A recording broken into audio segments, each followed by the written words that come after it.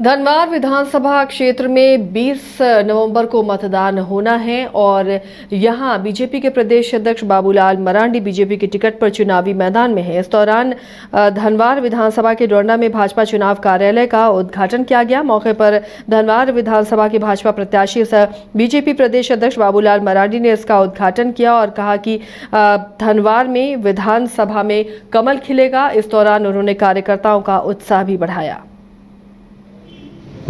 क्योंकि धनवार विधानसभा क्षेत्र है और धनवार विधानसभा क्षेत्र से प्रदेश अध्यक्ष होने के नाते हम यहाँ से तो चुनाव लड़ रहे हैं, तो आप सब लोगों को ही पूरा चुनाव को यहाँ देखना है। और जैसे कि अभी आप सबको विजय शर्मा जी ने बताया कि आप सब इस बार नए रिकॉर्ड धनवार विधानसभा क्षेत्र में आप सबको बनाना है, मुझे आपको और नए रिकॉर्ड जब मैं कह रहा हूं तो उसका मतलब ये नहीं है कि भाई हमें जीतना है, जीतने के लिए नहीं, बल्कि वोट इतना लेते आइए कि झारखंड ही नहीं बल्कि देश भी धनवार को जानने लगे कि हाँ वहां के कार्यकर्ता ने जो मेहनत किया, वहां की जनता ने भारतीय जनता पार्टी को जो साथ दिया है, जो वोट दिया है, वो एक रिकॉर्ड स्थापित होना चाहिए। आप सब लोग उस रिकॉर्ड को बना सकते हैं। इस बार तो उसकी पूरी संभावनाएं हैं, सिर्फ आप सबकी थोड़ी सी ताकत लगाने की, थोड़ी सी मेहनत करनी। गढ़वा रंगा विधानसभा क्षेत्र से बहुजन समाज पार्टी के द्वारा अजय चौधरी उर्फ अजय मेंटल को प्रत्याशी घोषित किया गया है। टिकट मिलने के बाद बहुजन समाज पार्टी के समर्थकों के बीच उत्साह देखने को मिल रहा है। टिकट मिलने के बाद अजय मेंटल ने बसपा सुप्रीमो का आभार जताया है। मैंने अपना 2 सेट में नामांकन जमा किया है और बड़े सुखद संजोग है कि आज हमारे बीच मान्यवर सतीश दुबे जी, जो केंद्रीय कोयला एवं खान मंत्री हैं, और गढ़वा के ही रहने वाले बेटा हैं आदरणीय भूपेश चौबे जी, जो विधायक हैं रावतसर में। चूंकि इनका जन्मभूमि यह रहा पर कर्म भूमि इनका यूपी रहा। सभी लोगों की उपस्थिति में 2 सेट में आज नामांकन हम लोगों ने जमा करने का काम किया है और फिर बाकी तो आप लोग जान ही रहे हैं। 13 तारीख के वोट है, गिनती में गर्दा उड़ान है, का दीजिए आप तो जान ही रहे हैं, तो इसलिए उस पर कुछ ज्यादा कहना नहीं है। इस बार आपको लगता है एक माहौल था कि लोग कहता था कि सुफड़ा साफ हो जाएगा, लेकिन हरियाणा का जीत तीसरा बार, अब पहले से भी ज्यादा सीट से चुनाव जीता गया। उसी ढंग से झारखंड में एक रिकॉर्ड मत से, एक प्रचंड बहुमत से विधानसभा आम चुनाव 2024 के सफल संपादन को लेकर आज देवघर के स्थानीय समरनालय सभागार में इंटरस्टेट बैठक का आयोजन किया गया, जहां अंतर्राज्यीय बॉर्डर सीलिंग एवं विधि व्यवस्था संधारण को लेकर बातचीत की गई। इस बैठक में देवघर समेत संताल परगना के सटे बिहार के भागलपुर, बांका और जमुई के अलावा संताल प्रमंडल के तमाम अधिकारी भी मौजूद रहे। आगामी विधानसभा चुनाव के मद्देनजर आज यहाँ पे बिहार के और झारखंड के बीच में कोऑर्डिनेशन की एक बैठक की गई है ना, और बॉर्डर सीलिंग की जो बैठक हुई, और इसमें निर्णय लिया गया कि पूरी तरह से सारे हमारे चेक पोस्ट एक्टिवेट रहेंगे और जितने भी ड्रग्स हुआ, शराबबंदी हुई, शराब वगैरह सब हुआ, इस पर हमारी पैनी नजर रहेगी है ना, और चुनाव को बेहतर ढंग से हम लोग संपन्न कराएं। इसी संदर्भ में ही आज की ये बैठक हम लोग की है और आपस में हम लोग समन्वय स्थापित करके झारखंड में किस तरह से हम लोग चुनाव को अधिक अच्छे ढंग से, शांतिपूर्ण ढंग से हम लोग संपन्न कराएं, इस संदर्भ में हम लोगों ने वार्ता की। देखिए, संथाल परगना से भागलपुर और बांका जिला जो है हमारा बॉर्डरिंग डिस्ट्रिक्ट है और स्वतंत्र और निष्पक्ष चुनाव कराने के लिए हम भी उतने ही प्रतिबद्ध हैं। आज क्राइम और क्रिमिनल पे हमारी जो शेयरिंग हुई है, इसके अलावा बॉर्डर सीलिंग पर भी वार्ता हुई है। देखिए, इलेक्शन कमीशन के गाइडलाइंस बहुत स्पष्ट हैं। जो चेक पोस्ट, जितने भी बॉर्डरिंग चेक पोस्ट हैं, तो जितने झारखंड में स्थापित होंगे उसके मिरर चेक पोस्ट हमारी तरफ भी स्थापित होने हैं। उन सबको प्रॉपरली मैन किया जाएगा और इफेक्टिवली 24/7 वहाँ पर चेकिंग की जाएगी और इस तरह की किसी भी आवाजाही को रोकने के लिए प्रतिबद्ध है। जो भी वल्नरेबिलिटी मैपिंग इस हिसाब से सारे सेंसिटिव बूथ्स पे हम लोग CPMF का ही हम लोग बल लगा रहे हैं। अभी तो फिलहाल है ना फर्स्ट फेज में वहाँ का जैसे डिप्लॉयमेंट होगा, यहाँ पे पर्याप्त संख्या में काफ़ी संख्या हर एक जिला में हमको लगता है 60-70 कंपनी सिर्फ CAPF का भी रहेगा, बाकी स्टेट फोर्सेस मिलकर एक एक जिला में मेरे ख्याल से 100 कंपनी से ज़्यादा ही फोर्स है। झारखंड में ऐसे मूवमेंट नहीं है खासकर संथाल परगना में, लेकिन हम लोग पूरी नज़र रखे हुए हैं। पहले भी जो भी एक्टिविटी रहा, जो भी यहाँ का उन लोगों के संपर्क में रहे, उन लोगों से सबसे हम लोग संपर्क में हैं।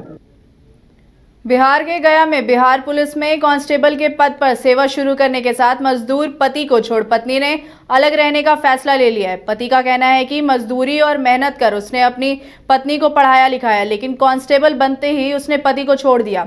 पीड़ित पति ने गया SSP से न्याय की गुहार लगाई है। मेरा नाम मिथिलेश कुमार है। मेरे पिता जुगेश प्रजापति, मेरी पत्नी प्रीति कुमारी है, जिसका ब्याह पहले हो चुका था। उससे हम दोबारा ब्याह 2017 में किए। उसके बाद उसका पढ़ाए, परीक्षा दिया है। उसके बाद लगा 2021 में। उसके बाद बिहार पुलिस BMP 17 बोध गया, सिपाही नंबर 85 है, जो कि सामने है। वहाँ 2-3 साल से तो आप बोलती है कि नहीं रहना चाहते हैं, मारते हैं, पीटते हैं, हम पे आरोप लगा रहे हैं, जो कि वैसा हमने उनके साथ कुछ नहीं किया। तो होली के टाइम वो घर आ रहे थे, हम उस टाइम पढ़ाई कर रहे थे, दरोगा की तैयारी कर रहे थे। तो उस टाइम वो बताएं कि आप भी चले आइए, आप भी चले आइए, हम भी आ रहे हैं। तो मुंगेर से आ रहे थे, हम बिहपुर थाना कटिहार तरफ से आ रहे थे। तो उन्होंने बोला कि हम बोले कि रात हो जाएगा, रुकना गया में है। तो बोले कि हम आके बोध गया में रुकेंगे। तो बोध गया में जब हम कैंप में बोले कि कैंप में रहेंगे, कैंप में वो नहीं थे। तो हम यहाँ आए तो करीब 100 लड़की लोग उनके चिन्हती थी, भैया भैया बोल के खाना वाना खिलाए। हम रात भर यहाँ रुके। जब सुबह हुए तो दूसरे के रूम पे पाए गए और कोई दूसरे के रूम पे मिले। तो वो बोलते हैं, हम बोले कि कहाँ थे रात भर। उन्होंने मोबाइल बंद करके रखा था, अति करके रखा था। तो उसी बात पे तब से वो ने हमसे फ़ोन करते हैं, मेरा नंबर ब्लैक लिस्ट में डाल रखा है। और जब हम यहाँ 3 से 4 बार मैडम या सर से, कमांडेंट सर से मिलने के लिए आए, तो ना उन्होंने मिला। हम 2-3 बार दरख्वास्त भी दिया है, उसके पास मेरे अथी भी है, रिसीविंग करके भी दिया है, और न मिले। और बोले कि कुछ भी होगा हम फ़ोन करके आपको बुलाएंगे। न अभी तक फ़ोन किए हैं, न बुलाए हैं। कोई कार्रवाई नहीं किया गया है। और हाँ, एक मेरा बेटा है, वो हम जब दिल्ली में काम कर रहे थे तो हमारे पापा ये सब को झांसा दे के, पापा हम अपने पास रखेंगे कह के लेके भाग गए। तब से न फ़ोन करती है, न बात करती है किसी से, और सारे परिवार को मारने की और पिटवाने की धमकी देती है। मेरा नाम मुख्य निर्वाचन पदाधिकारी के रवि कुमार ने कहा है कि सभी मान्यता प्राप्त राजनीतिक दल विधानसभा निर्वाचन में अपने स्टार प्रचारकों के लिए वाहनों की सूची उपलब्ध करते हुए उनके पास संग्रहित कर लें। उन्होंने कहा कि स्टार प्रचारकों द्वारा इस्तेमाल में लाए जाने वाले वाहनों की सूची भी अवश्य उपलब्ध करा दें। वह आज निर्वाचन सदन में सभी मान्यता प्राप्त राजनीतिक दलों के प्रतिनिधियों के साथ बैठक कर रहे थे। के रवि कुमार ने कहा कि राजनीतिक दल अपने प्रत्याशियों एवं कार्यकर्ताओं तक आदर्श आचार संहिता के दिशा निर्देशों की विस्तृत जानकारी उपलब्ध कराए। स्वच्छ, निष्पक्ष एवं शांतिपूर्ण मतदान में सभी राजनीतिक दलों से सहयोग अपेक्षित है। उन्होंने कहा कि नामांकन के साथ ही प्रत्याशियों के द्वारा प्रचार प्रसार में किए जाने वाले खर्च की गणना करते हुए भारत निर्वाचन आयोग के द्वारा जारी दिशा निर्देशों का अनुपालन करना सुनिश्चित है। कल शाम को ये तय हुआ कि बैठक होना चाहिए और आज ये बैठक हो गई। हम तो बागमारा के सभी जो हमारे ऊर्जावान कार्यकर्ता हैं, जो कर्मठ कार्यकर्ता हैं, नेता हैं, सबके प्रति आभार प्रकट करते हैं कि सभी लोग निष्ठा के साथ, पूर्ण जोश खरोश के साथ बैठक में आए, अपने अपने विचार को रखे। और जो प्रस्ताव था कि नॉमिनेशन कब करना है ये भी तय करना है कार्यकर्ता और नेता के सुविधा अनुसार, साथ ही साथ तारीख कब करना है, किधर से करना है, क्या क्या रेजुलेशन लेना है और किस ढंग से चुनाव लड़ना है, इस पर चर्चा हुई। संक्षिप्त रूप से सारे विषय पर लोग अपनी अपनी बात को रखने का काम किए और सभी लोग हाथ उठा के प्रस्ताव को पारित किए।